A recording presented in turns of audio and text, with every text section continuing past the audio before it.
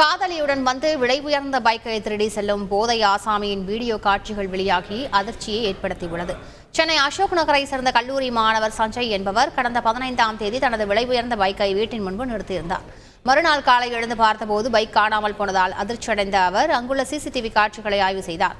அப்போது இளைஞர் ஒருவர் தனது காதலியுடன் மொபைட்டில் வந்து பைக்கின் சைடு லாக்கை உடைப்பதும் காதலியுடன் சேர்ந்து போராடி பைக்கை தள்ளி கொண்டு செல்வதும் தெரிய வந்தது. அந்த காட்சிகளின் அடிப்படையில் போலீசார் விசாரணை நடத்தி வருகின்றனர்.